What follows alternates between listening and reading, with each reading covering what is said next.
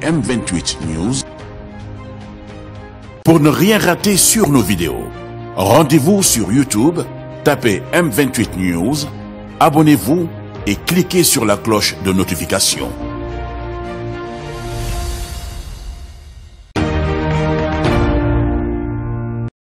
En 1966, dans la grande mosquée de Touba, il s'est passé un événement sans précédent dans les annales de ce grand lieu islamique du Sénégal.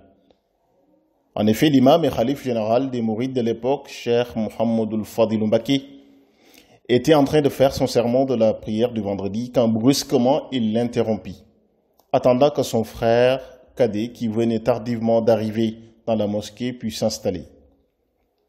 Il reprit alors son sermon depuis le début.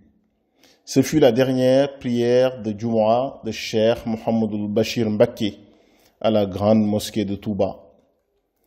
Cet acte de Serigne Fallou Mbacké avait étonné à l'époque, mais on comprendra son caractère exceptionnel plusieurs semaines après, à l'annonce de la disparition de Cheikh Mouhamadoul Bachir Mbacké le 31 juillet 1966. Né en 1895, peu de temps après le départ de Cheikh Ahmadou Bamba en exil, le nom de Cheikh Mouhamadoul Bachir aura été l'un des premiers indicateurs de la détermination du Cheikh à réussir sa mission au Gabon. Avant de quitter le Sénégal pour l'exil vers l'inconnu, entre les mains des colonisateurs français, Cheikh Ahmadou Bamba demanda que l'on donnât le nom d'Al-Bachir, l'un des noms du prophète, paix et salut sur lui, qui signifie l'annonciateur de bonnes nouvelles, à son fils qui allait venir au monde. C'était là un signe annonciateur quant au succès de son voyage au Gabon. La mère de Cheikh Mouhamadoul Bachir, Sokhna Fatou Modou Mam Diop, est descendante directe du fondateur de Koki, Makhtar Ndoumbe Diop, famille connue pour son érudition dans le domaine du Coran et des sciences islamiques. Après 7 ans d'exil, Cheikh Ahmadou Bamba rencontra pour la première fois son fils venu au monde après son départ. Cheikh Mouhamadoul Bachir lui offrit alors un extraordinaire présage. En effet, son niveau dans l'apprentissage du Saint-Coran auprès de son maître Serigne Dame Abdourahmane Lo avait atteint le verset « Laqad radiyallahu anil mu'minin ». Littéralement, Dieu a agréé l'action des croyants. Et Cheikh Al-Khadim de dire que cela était la preuve que son œuvre accomplie durant l'exil avait été agréée par le Tout-Puissant. Après une parfaite maîtrise du Saint-Coran, Cheikh Mouhamadoul Bachir rédigea une trentaine d'exemplaires du Saint-Coran. Cheikh Ahmadou Bamba le garda auprès de lui et le fils ne quitta quasiment plus son père lors des séjours en Mauritanie, au Djolof et à Diourbel. Pendant près d'une vingtaine d'années, Cheikh Mouhamadoul Bachir vécut de manière quasi ininterrompue aux côtés de son père. On peut affirmer ainsi que c'est le fils du Cheikh qu'il aura le plus longtemps fréquenté et dont il s'est personnellement occupé de l'éducation. C'est d'ailleurs pourquoi il léguera à la postérité l'une des plus importantes biographies de Cheikh Ahmadou Bamba, Minanul Baqil Qadim, les bienfaits de l'Éternel. Cette œuvre majeure est la preuve de son immense savoir. Il était un spécialiste reconnu des sciences fondamentales islamiques, tawhid, fiqh, tasawuf, mais aussi de la littérature arabe, de la philosophie, etc. Son fils aîné, Cheikh Moustapha Bachirou Mbacké, rapporte dans son ouvrage qu'une des commandes de livres de Cheikh Mouhamadoul Bachir avait été confisquée au port de Dakar par les autorités coloniales, qui disaient à l'époque qu'au Sénégal, aucune personne ne devait connaître le nom des 10 livres, à plus forte raison leur contenu. Et les autorités coloniales avaient convié Cheikh Mouhamadoul Bachir à une sorte de test pour voir si réellement il était en mesure d'exploiter les livres en question. À l'issue de la rencontre, elles reconnurent et affirmèrent que les connaissances de Cheikh Mouhamadoul Bachir dépassaient de loin celles qui étaient enseignées au Sénégal à l'époque. Cheikh Mouhamadoul Bachir aura été la personnification des capacités de formateur spirituel et d'éducateur moral et intellectuel de Cheikh Ahmadou Bamba, qui a forgé sa personnalité pour faire de lui un homme aux qualités éducatives achevées.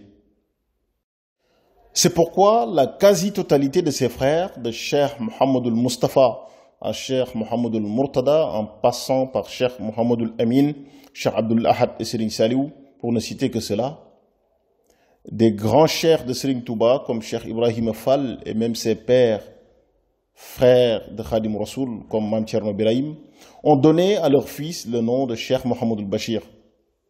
Et beaucoup d'entre eux lui ont confié l'éducation de leurs enfants. Ces grandes figures du mouridisme ont toujours reconnu en lui le prolongement des qualités d'éducateur de Cheikh Ahmadou Bamba. Cheikh Mohamed Bachir est également connu pour s'être mis toute sa vie durant au service du mouridisme, de l'islam et du pays. Cela s'est matérialisé par son engagement indéfectible auprès de Serigne Mohamed Mustafa Mbacké, premier calife, pour l'aider à consolider la cohésion et l'unité des mourides conformément aux recommandations de Cheikh Khadim. Lors de la construction du chemin de fer pour les besoins des travaux de la grande mosquée de Touba, un véritable chef de chantier, il accompagnait chaque jour les travailleurs, les encourageait et organisait la rotation des équipes, de Diourbel à Touba. À l'époque, les talibés l'appelaient l'homme qui a marché de Diourbel à Touba. À la disparition du premier calife en 1945, l'administration coloniale pensait que c'était lui, Cheikh Mohamed Bachir, qui devait accéder au khilafa, pour avoir été toujours aux côtés de Cheikh Mohamed Mustafa. Mais il leur signifia sans embâche que c'était plutôt son frère aîné, Cheikh Mohamed Fadl, qui allait prendre la relève.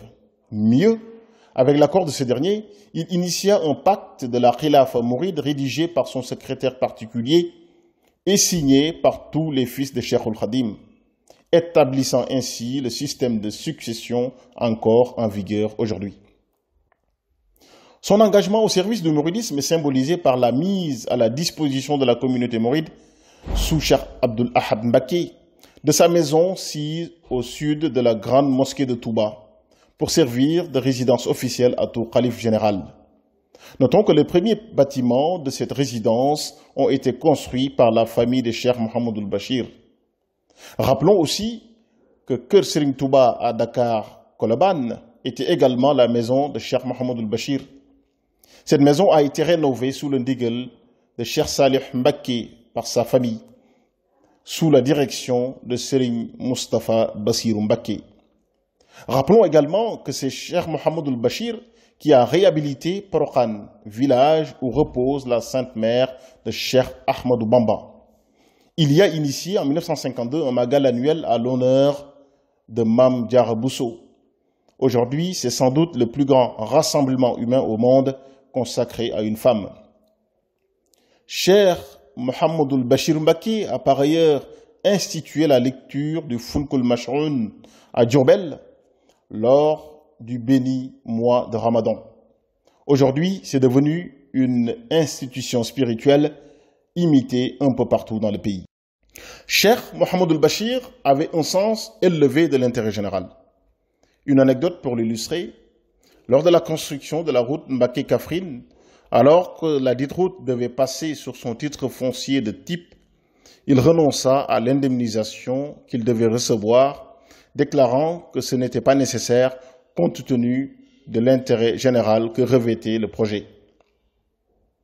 Ses capacités à entretenir d'excellentes relations au sein de la Mouridia, mais également avec les autres familles religieuses du pays, sont connues. On faisait souvent appel à ses qualités de médiateur pour régler des différends entre de grandes figures musulmanes du pays.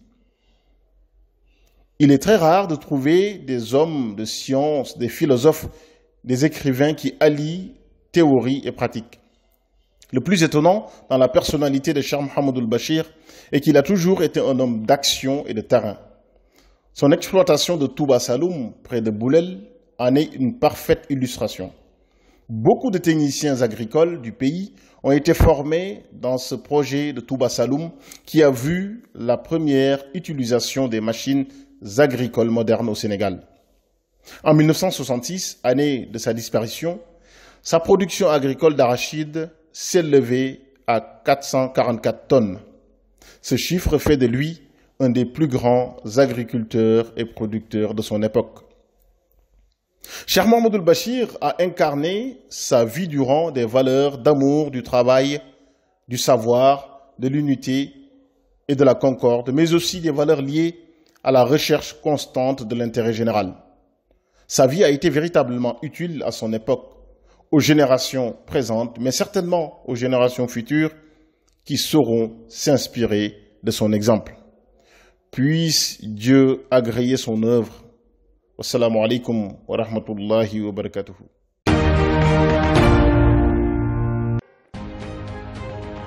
M28 News. Pour ne rien rater sur nos vidéos, rendez-vous sur YouTube, tapez M28 News, abonnez-vous et cliquez sur la cloche de notification.